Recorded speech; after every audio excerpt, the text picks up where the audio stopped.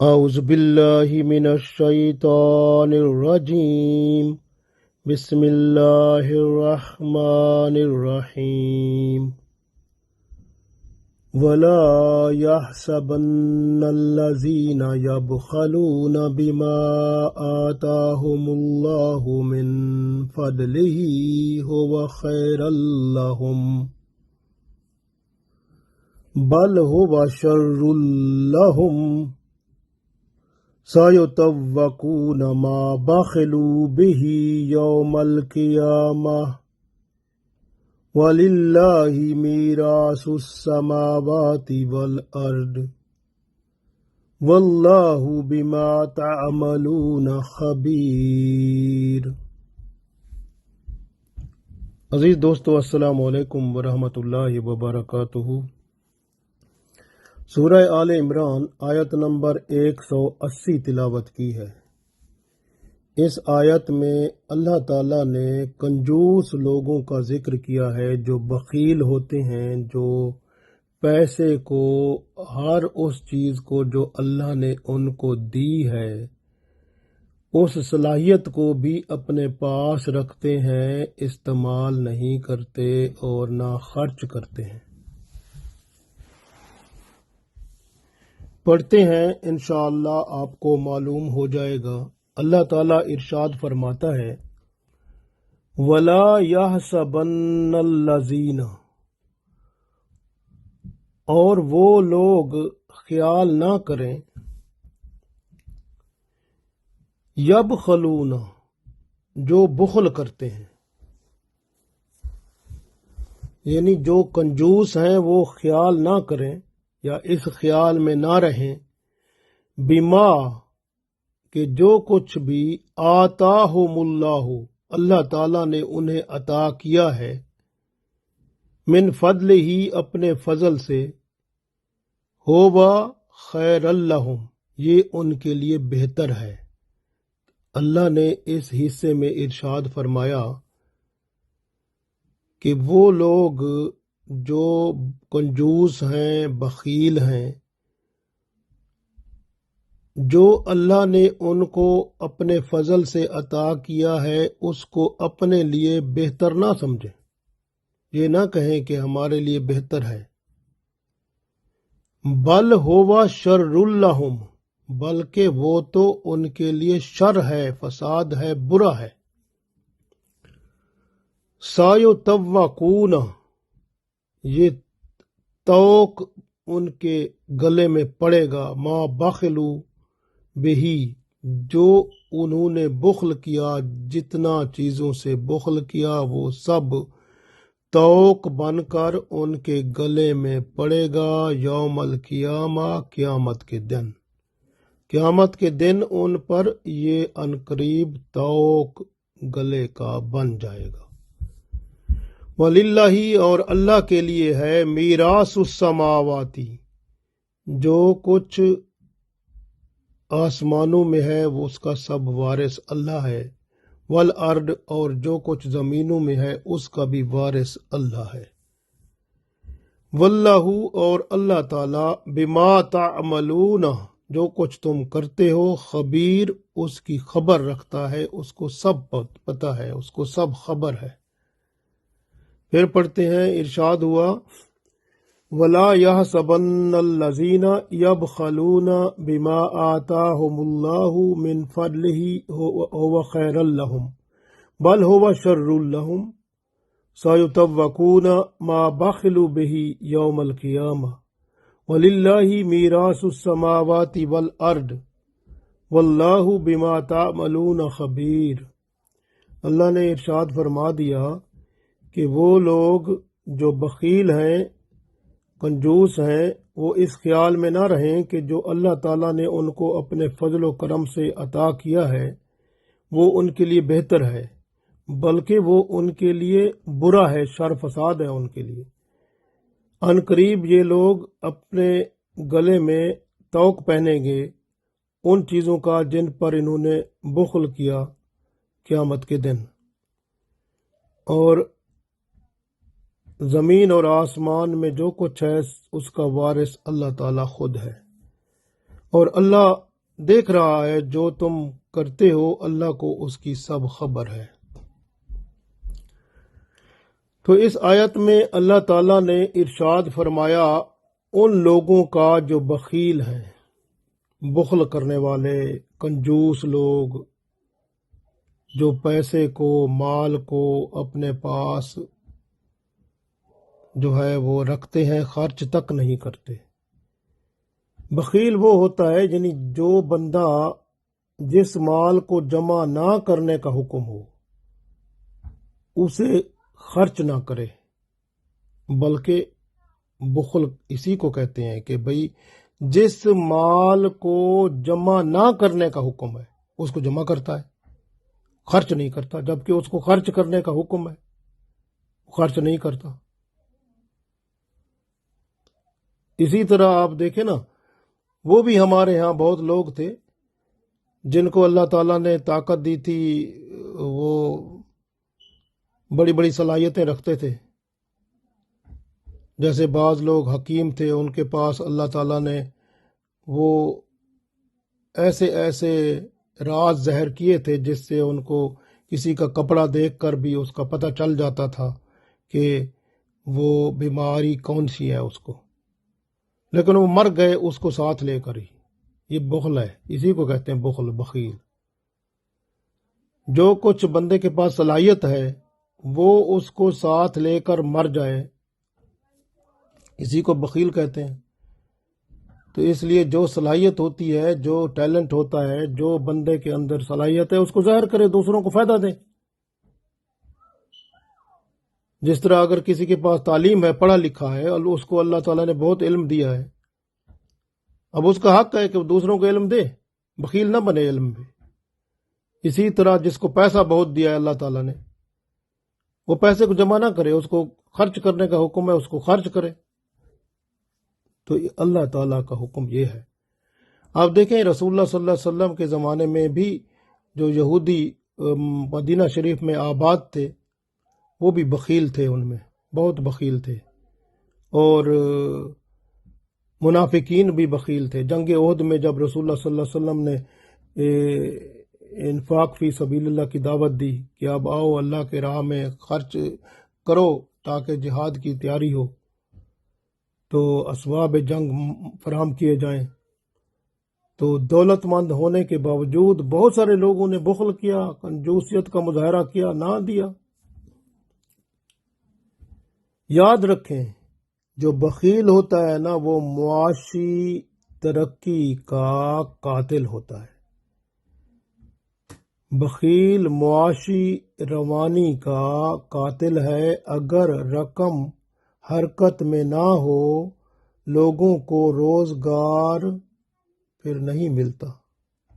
غور کریں، اگر پیسہ چل رہا ہے، خرچ ہو رہا ہے، لوگوں کو روزگار مل رہا ہے، ترقی کا کام ہو رہا ہے، بچے تعلیم حاصل کر رہے ہیں، لوگوں کو بنیادی ضروریات مل رہی ہیں، لیکن جب کوئی بندہ پیسے کو لے کر بیٹھ جاتا ہے، اس کو خرچ نہیں کرتا، تو یہی پھر بعض اوقات پھر اسی کو بیماری لگ جاتی ہے، اسی پر خرچ ہو جاتا ہے، پھر وہ اس کے اوپر مقدمے ہو جاتے ہیں، عدالتوں میں چکر لگا لگا کے وہاں خرچ کر دیتا ہے، تو یا پھر مر جاتا ہے، تو پھر اس کی اولاد جو ہے فحاشی اور عیاشی میں اس کو اڑا دیتی ہے، اس کو کوئی فائدہ نہیں ہوتا، کیونکہ ورنہ اگر کوئی اچھا کام کر کے جاتا تو اس کو صدقہ جاریہ ملتا۔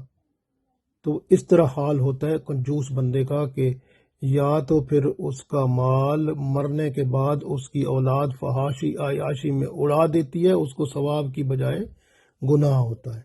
اسی طرح سے یا پھر وہ اس کا مال اس کو بیماری لگ جاتی ہے تو پھر اس پہ خرچ ہوتا ہے، یا پھر وہ عدالتوں کے چکر لگا لگا کے وہاں پہ اس کا اسی طرح کباڑا ہو جاتا ہے۔ تو اس طرح سے یہ جو بخیل ہوتا ہے اس کے ساتھ پھر اللہ تعالیٰ بھی ایسے ہی کرتا ہے۔ قرآن پاک میں آپ دیکھیں اللہ تعالیٰ نے جب ہم قرآن پاک پڑھتے ہیں، بسم اللہ الرحمن الرحیم، سورہ بقرہ کا سٹارٹ ہوتا ہے الف لام میم ذالک الکتاب لا ریب فیہ ھدی للمتقین۔ متقین کون ہے؟ اللہ تعالیٰ نے متقین کی صفت میں ایک صفت یہ فرمائی ہے کہ وہ ینفقون فرمایا ہے، ہیں اللہ تعالیٰ نے ان کے لیے لفظ ینفقون فرمایا ہے۔ ینفقون صفت ہے متقی لوگوں کی کہ وہ خرچ کرتے ہیں۔ الذین یؤمنون بالغیب ویقیمون الصلاۃ ومما رزقناہم ینفقون، تو یہ ان کی خصوصیت ہے کہ وہ مما رزقناہم ینفقون، جو اللہ نے ان کو دیا ہے اس کو خرچ کرتے ہیں۔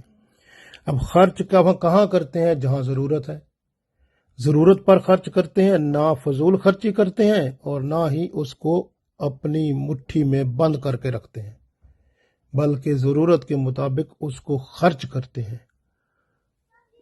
اور یہی خرچ کرنا جو ہے، اللہ تعالیٰ نے بار بار قرآن پاک میں ارشاد فرمایا ہے، خرچ کرو، مٹھی میں نہ رکھو، بند نہ کرو اپنے پاس، خرچ کرو، لیکن جو ضروریات ہیں اس پر خرچ کرو،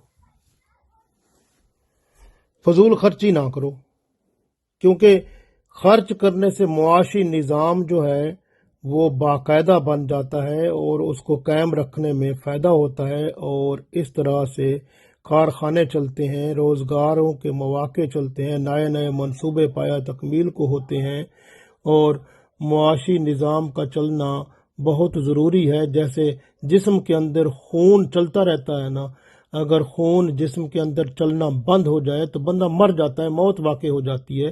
اسی طرح معاشی نظام کو چلنے کے لیے پیسے کو خرچ کرنا ضروری ہے۔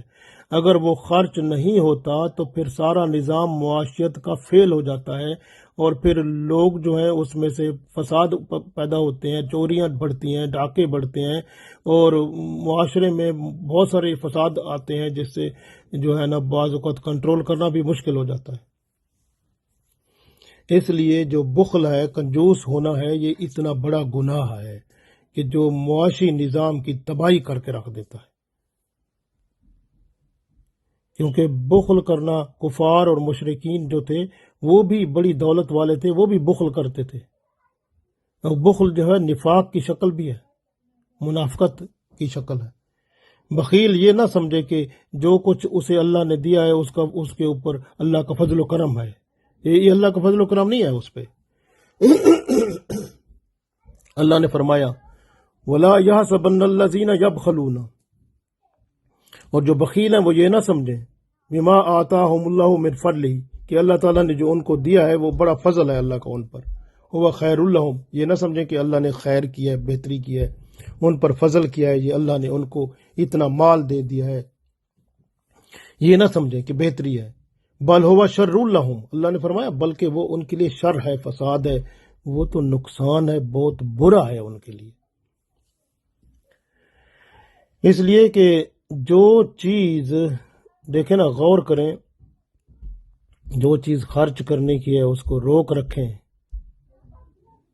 تو اگر بندہ خود خرچ نہیں کرتا، روک رکھتا ہے، تو اپنے خاندان کی معاشی موت کا ذمہ دار بن جاتا ہے، پورے معاشرے میں فساد پیدا کرنے والا بن جاتا ہے، معاشیات کو روکنے والا بن جاتا ہے، اللہ کے نظام کو وہ ہلاتا ہے، اس کو ڈسٹرب کر دیتا ہے، اس میں خلل ڈال دیتا ہے۔ جو چیز اللہ تعالیٰ کی راہ میں خرچ کرنا واجب ہو اور بندہ نہ کرے، وہی بخیل ہوتا ہے، اور بلکہ مال بڑھانے کی فکر میں رہتا ہے۔ رسول اللہ صلی اللہ علیہ وآلہ وسلم فرماتے ہیں کہ جو بخل اور ایمان ایک مسلمان کے دل میں جمع نہیں ہو سکتے۔ ایک اور حدیث میں ہے، رسول اللہ صلی اللہ علیہ وآلہ وسلم فرماتے ہیں، یہ حدیث ابو ہریرہ رضی اللہ تعالیٰ عنہ سے روایت ہے، رسول اللہ صلی اللہ علیہ وآلہ وسلم فرماتے ہیں کہ جس شخص کو اللہ تعالیٰ نے مال عطا فرمایا پھر اس نے زکوٰۃ ادا نہ کی، تو قیامت کے دن اس کا مال ایک سخت زہریلا سانپ بن کر اس کے گلے کا توق بن جائے گا، تو اس شخص کی باچھیں پکڑے گا اور کہے گا کہ میں تیرا مال ہوں، تیرا سرمایہ ہوں۔ یہ حدیث نسائی شریف میں موجود ہے۔ رسول اللہ صلی اللہ علیہ وآلہ وسلم نے حضرت عائشہ رضی اللہ تعالی عنہا کی جو بڑی بہن ہے اسما رضی اللہ تعالی عنہا، ان کو بھی نصیحت فرمائی تھی کہ تھیلے کا جو منہ ہے نا باندھ کر نہ رکھو ورنہ بندش کر دی جائے گی. یعنی جو اللہ نے آپ کو رزق دیا ہے نا اس کو چلاتے رہو، دوسروں کی مدد کرتے رہو اور صدقہ خیرات کرتے رہو، تاکہ اگر اس کا منہ بند رکھو گے نا تو پھر اللہ بھی تمہارا رزق بند کر دے گا. اس لیے جو حقوق بندے پر واجب ہیں ان کو پورا کرنا ہر صورت ضروری ہے. اپنے نفس پر خرچ کرنا بہت ضروری ہے. یہ اپنی ضروریات بعض لوگ ہوتے ہیں اپنے اوپر خرچ نہیں کرتے، تو اپنے اوپر خرچ کرنا ضروری ہے. اہل و عیال پر خرچ کرنا ضروری ہے، بیوی بچوں پر. عزیز و اقارب جو رشتہ دار ہیں ان میں دیکھیں صلہ رحمی کریں، یہ ضروری ہے. ضرورت مند کو دینا ضروری ہے. جہاد پر خرچ کرنا ضروری ہے. ضروری خرچ جو اللہ اور اس کے رسول صلی اللہ علیہ وسلم نے قرآن پاک میں ارشاد فرمائے ہیں کرو ان کو. یہ ہے نا، بخل جو ہوتا ہے نا وہ دولت کا نہیں ہوتا، علم کا بھی ہوتا ہے. اگر اللہ نے علم دیا ہے تو اس کا بخیل ہوتا ہے. بعض لوگ علم دیا ہے نا چھپا کے رکھتے ہیں، وہ کسی کو کچھ بتاتے نہیں ہیں، یہ بھی ظالم لوگ ہوتے ہیں. اسی طرح بعض لوگوں کو اللہ تعالیٰ نے کوئی ہنر دیا ہے، اب وہ ہنر چھپا کے رکھیں گے، وہ بہت بڑے پیسے مانگیں گے اور پھر کچھ دیں گے. ورنہ وہ چاہے اگلا بندہ مر جائے، کوئی کچھ ہو جائے، کوئی ضرورت ہو کہیں پہ، وہ اپنے ہنر کو سنبھال کے رکھیں گے. تو یہ بخیل لوگ ہوتے ہیں. اسی طرح کسی کے پاس کوئی ٹیلنٹ ہے، کوئی صلاحیت ہے، وہ صلاحیت جو ہے کہ فائدہ دیتی ہے تو اس کو لائے بروئے کار لائے. وہ ٹیلنٹ صلاحیت کو لے کر مر جاتا ہے. تو یہ سب سے بڑے عجیب لوگ ہیں کہ بہت سارے لوگ ایسے مر گئے جو حکیم تھے، وہ فارمولے لے کر اپنے وہ بڑے بڑے لوگوں کے کپڑے دیکھ کر بتا دیتے تھے فلاں بیماری ہے، وہ لے کر مر گئے. اب کسی کو پتہ نہیں، اب تو بڑی بڑی مشینوں کے ذریعے پتہ چلتا ہے. اللہ کی راہ میں خرچ کریں گے تو اس سے بندے کا رزق بڑھتا ہے. لیکن یہ جو بخیل ہوتا ہے نا وہ اللہ کی راہ میں خرچ کرنے سے اس کی جان جاتی ہے. مال کے خرچ میں اللہ کی رضا کا خیال کرنا ضروری ہے. یہ مال کے خرچ میں اپنی رضا ڈھونڈتے ہیں، اللہ کی رضا نہیں ڈھونڈتے.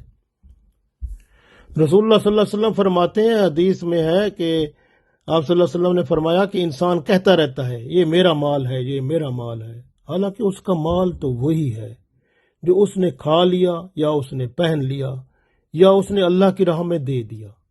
باقی مال تو اس کے وارثوں کا ہوگا مرنے کے بعد. منافق کی بھی یہی عادت ہوتی ہے کہ وہ مال کو جمع رکھتا ہے، خرچ کرتے ہوئے اس کا دل دکھتا ہے، اور وہ اللہ کے حقوق و فرائض سے مال چرا کر جمع کرتا رہتا ہے. جو مال آج زینت اور فخر کا ذریعہ بنا ہوا ہے، کل قیامت کے دن سانپوں اور اژدہوں کے توق بن کر بندے کے گلے میں ہوگا. غور کریں، جو ملک کے حاکم ہوتے ہیں وہ لوگوں اگر وہ خزانے میں سے کچھ لیتے ہیں، چھپاتے ہیں یا اس میں سے مال لیتے ہیں، وہ جتنی مخلوق ہے پورے ملک کی اس سب کے وہ حاکم ہیں، سب کا حق مارتے ہیں. قیامت کے دن وہ لوگ ان کی گردنیں بڑی موٹی بن جائیں گی. اور اگر 10 کروڑ کی آبادی ہے نا ملک کی تو 10 کروڑ توق ہوں گے، سانپ اژدہے کے ان کے گلے میں پڑے ہوں گے، مصیبت میں پڑے ہوں گے. وہاں پہ جتنا زیادہ لوگوں نے مال کھایا نا، جو چاہے کوئی کسی صوبے کا اگر وہ وزیر اعلیٰ تھا یا گورنر تھا، اس نے اگر کچھ کھایا پیا تو وہ پورے صوبے کی عوام جو ہے ان سب کا مال تھا، تو وہ ان سب کی تعداد کے برابر اس کے گلے میں سانپ اژدہے توق بن کر اس کے گلے میں ہوں گے اور اس کو کہیں گے میں تیرا مال ہوں جو تو نے وہاں ہڑپ کیا تھا. اس طرح اس کو کہیں گے. یہ حال اس وقت ہوگا جب حساب کتاب ابھی نہیں ہوگا، پہلے ان کو مصیبت پڑی ہوگی، اور وہاں پر مخلوق ہوگی آدم علیہ السلام سے لے کر رسول اللہ صلی اللہ علیہ وسلم تک، اور جو اینڈ قیامت تک کی تمام مخلوق موجود ہوگی، سب کے سامنے ان کی یہ توہین ہوگی، وہ سب کے سامنے وہ پھر رہے ہوں گے، گلے میں اتنے بڑے سانپ وہ لگے ہوں گے اور وہ توق بنے ہوں گے، اور ان کو کہیں گے ہم تیرا مال ہے تجھے، تو پھر حساب کتاب تو بعد میں ہوگا نا، اس کے بعد سزا تو بعد میں ملے گی جو باقی ہوگی۔ یہ پہلے ان کا جو استقبال ہوگا سب کے سامنے اس طرح ہوگا کہ ان کے گلے میں سانپ ہوں گے اور ازدہے ہوں گے اور توق بنے ہوں گے گلے کے، اور گردن بڑی بنا کے اللہ تعالیٰ ان کو یہ دکھا دے گا۔ تو یہ ان کا استقبال وہ ہوگا جو اس طرح جس کے اوپر ذمہ داری ہوتی ہے، چاہے وہ ایک تحصیلدار ہو یا کوئی ایک چھوٹے علاقے کا وہ ذمہ دار ہو، بڑا ہو، یا وہ پورے ملک کا سربراہ ہو، سب کے اوپر یہ حالت ہوگی۔ جتنوں کا وہ حکمران ہوگا، جتنے اس کے انڈر ہوں گے، سب کے تعداد کے برابر اس کے توق اس کے گلے میں لگے ہوں گے۔ توق سے مراد ہے سانپ، ازدہے اور اس طرح کی چیزیں جو اس کو کاٹتی ہوں گی، اور ساتھ کہیں گے کہ ہم تیرا مال ہے، تو جو ہڑپ کر کے آیا تھا یہ وہی ہم ہیں۔ تو پھر وہ مال ہوگا جو سارا ان کے گلے میں توق اور اس طرح سے مصیبت میں پڑیں گے وہ۔ تو یہ دیکھیں کتنا زیادہ نقصان ہوگا، اور اس کو سوچتے بھی نہیں ہیں، جبکہ اللہ تعالیٰ فرماتا ہے وَأَنفِقُوا فِي سَبِيلِ اللَّهِ، اور اللہ کی راہ میں خرچ کرو۔ اللہ کی راہ میں خرچ کرنا کتنا خوبصورت ہے کہ یہاں پر بندہ خرچ کرتا ہے نا، تو اللہ تعالیٰ اس کو کئی گنا بنا کر وہاں پر رکھ دیتا ہے، اور جب آپ جائیں گے تو آپ کو وہاں مل جائے گا۔ یہ تو ایک قسم کا آپ بینک میں جمع کرا رہے ہیں نا، اس لیے اللہ تعالیٰ ارشاد فرماتا ہے نا کہ من ذا الذی یقرض اللہ قرضا حسنا، کون ہے جو اللہ کو قرض حسنا دے؟ تو اللہ کو قرض حسنا دیتے نہیں ہیں، بلکہ لوگوں کو سود پر قرضہ دیتے ہیں۔ ایسے بے ایمان لوگ ہیں۔ اب دیکھیں سود کا مطلب کیا ہوتا ہے؟ اللہ کے ساتھ لڑائی کرنا، اللہ اور اس کے رسول صلی اللہ علیہ وسلم سے جنگ کرنا۔ یہ جنگ کرنے کے لیے تیار ہو جاتے ہیں، لیکن وہ مسلمان ہو کر بھی اللہ کے حکم کے مطابق نہیں چلتے، اتنے ظالم لوگ ہیں۔ تو اس لیے یاد رکھیں کہ بخل کرنے والا جو بخیل ہوتا ہے نا، تو کنجوس جو ہوتا ہے، اس کے اندر دنیا کی محبت بھری ہوتی ہے، ہرس ہوس ہوتی ہے، لالچ ہوتا ہے، اور اس طرح، حتیٰ کہ بعض اوقات بیمار ہوتا ہے تو کوشش کرتا ہے کہ کوئی اور آئے اس کے اوپر خرچ کرے، اس کے لیے کوئی ایک گولی ہوتی ہے نا جو درد کی گولی، تکلیف ہو تو درد کی گولی، جو کہ عام طور پر 1-2 روپے کی ملتی ہے، وہ بھی سوچتا چاہے اس کے پاس کروڑوں روپے ہوں، وہ سوچتا ہے وہ گولی کوئی اور لے کے آئے، وہ مجھے دے، وہ خرید کے کوئی اور لائے۔ اس طرح کے لوگ ہوتے ہیں، یہ بخیل لوگ بڑے خطرناک ہوتے ہیں، اس طرح کے وہ اس طرح سوچتے ہیں۔ اللہ تعالیٰ بچائے بخل سے۔ تو یہ جو ہے نا، جب کسی کو دیکھتے ہیں نا مانگنے والا آیا ہے، گھبرا جاتے ہیں، ایسے گھبراہٹ ہو جاتی ہے ان کو۔ ان کی یہ گھبراہٹ جو ہوتی ہے نا، یہ جہنم کو اپنے قریب کرتی ہے۔ آپ یاد رکھیں کہ جو ہے نا، جب ہم دنیا میں آئے تھے نا خالی ہاتھ تھے، اور جب جائیں گے تو خالی ہاتھ جائیں گے۔ اللہ تعالیٰ نے جو ہمارے ہاتھ میں رکھا ہے نا، دنیا میں جو کچھ ہمیں دیا ہے وہ اللہ کی ملکیت ہے، ہمارا کچھ نہیں ہے۔ اس لیے اللہ نے فرمایا وَلِلَّهِ مِيرَاثُ السَّمَاوَاتِ وَالْأَرْضِ، یہ جو زمین و آسمان میں سب کچھ ہے یہ اللہ کی میراث ہے، اللہ کی وراثت ہے، یہ اللہ وارث ہے اس کا۔ آپ مر جائیں گے تو پھر آپ کی اولاد لے گی، اولاد مر جائے گی تو پھر اس کی اولاد ہوگی، اور سب مر جائیں گے، قیامت میں سب نے مرنا ہے، تو پھر کس کے پاس جائے گا؟ وہی اصل وارث جو اللہ ہے، اس کی چیزیں ہوں گی سب کچھ۔ تو اس لیے اس سب کا وارث اللہ ہے، تو اس لیے اللہ سب کا وارث ہے، یاد رکھیں۔ جس کا وارث اللہ ہے تو آپ اس کا وارث کیسے بننے کی کوشش کرتے ہیں؟ جب آپ کو پتہ ہے کہ یہ سب کچھ اللہ کی ملکیت ہے، تو پھر کس بات کا فخر آپ کرتے ہیں؟ کس بات کا؟ اسی کے حکم کے مطابق خرچ کرو، تاکہ جو ہے نا اللہ تعالیٰ آپ کو اور دے۔ حدیث شریف میں آتا ہے رسول اللہ صلی اللہ علیہ وسلم فرماتے ہیں کہ ہر روز فرشتے نازل ہو کر دعا کرتے ہیں کہ اے اللہ خرچ کرنے والے کو اس کا بدل عطا فرما اور خرچ نہ کرنے والے کا مال ضائع کر دے۔ دیکھیں نا، یہ بھی حدیث میں ہے، یہ صحیح بخاری کی حدیث ہے کہ فرشتے دعا کرتے ہیں کہ جو خرچ کرنے والا ہوتا ہے نا، اس کے لیے دعا ہوتی ہے کہ اللہ تعالیٰ اس کے مال کو بڑھا دے، اور جو خرچ نہیں کرتا فرشتے دعا کرتے ہیں اللہ تعالیٰ اس کے مال کو ضائع کر دے۔ پھر ضائع ہوتا ہے، بیمار پڑ جاتا ہے، اس پہ لگ جاتا ہے، یا کوئی عدالتی کوئی مقدمے ہو گئے اس پہ لگ گیا، یا پھر اولاد نے مر گیا، اولاد نے فحاشی عیاشی میں اس کو صرف کر دیا، اس طرح ضائع ہو گیا تو اس کا مال ضائع ہو جاتا ہے۔ رسول اللہ صلی اللہ علیہ وسلم دعا فرمایا کرتے تھے کہ یا اللہ مجھے سستی، پریشانی، عاجز ہونا، غم، دکھ، بخل اور بزدلی اور قرض کی زیادتی اور لوگوں کے غلبے سے یا اللہ میں تیری پناہ چاہتا ہوں۔ اللہ کے رسول صلی اللہ علیہ وسلم اس بخل اور کنجوسی سے بھی اللہ کی پناہ چاہتے تھے۔ یاد رکھو کہ بخیل نہیں بننا، سخی بننا ہے، سخاوت بڑی بات ہے، تو اس لیے چھپا کے نہ رکھو، خرچ کرو، ثواب کماؤ، صدقہ جاریہ پاؤ۔ اور حضرت عائشہ رضی اللہ تعالی عنہا جو ہے انہوں نے رسول اللہ صلی اللہ علیہ وسلم کے سامنے ذکر کیا کہ صدقے کو گن کر دینے کا مساکین کو، تو رسول اللہ صلی اللہ علیہ وآلہ وسلم نے حضرت عائشہ رضی اللہ تعالی عنہا کو فرمایا کہ آپ صدقہ دیا کرو، اس کو گنا نہ کرو، اگر آپ گنو گے تو پھر اللہ بھی تمہیں گن کر ہی دے گا۔ ابو داؤد میں حدیث موجود ہے۔ اسی طرح یاد رکھیں کہ دھوکہ دینے والا، احسان جتلانے والا اور جو بخیل کنجوس ہوگا وہ بھی جنت میں داخل نہیں ہوگا، یہ رسول اللہ صلی اللہ علیہ وسلم نے فرمایا ہے، حدیث ہے۔ اس لیے یاد رکھیں کہ سب کچھ اللہ کا ہے، ہمارا کچھ بھی نہیں ہے نا۔ سب کچھ جب اللہ کا ہے تو پھر کیا بات ہے کہ ہم اللہ کا حکم کیوں نہ مانیں؟ جو ہمارے پاس آیا ہے، ہم نے مر جانا ہے، اللہ کے پاس ہی جانا ہے، تو اس لیے اس کو اگر اللہ کے حکم کے مطابق چلا لیں تو کتنی بڑی بات ہے۔ جب بخیل ہوتا ہے نا تو وہ تنگ دل ہو جاتا ہے، پھر وہ رشتہ داروں کے ساتھ بھی تعلق اس کا ختم ہو جاتا ہے، قطع تعلق کرتا ہے، جھوٹ بولتا ہے، اس طرح جو ہے نا وہ چکر باز ہوتا ہے۔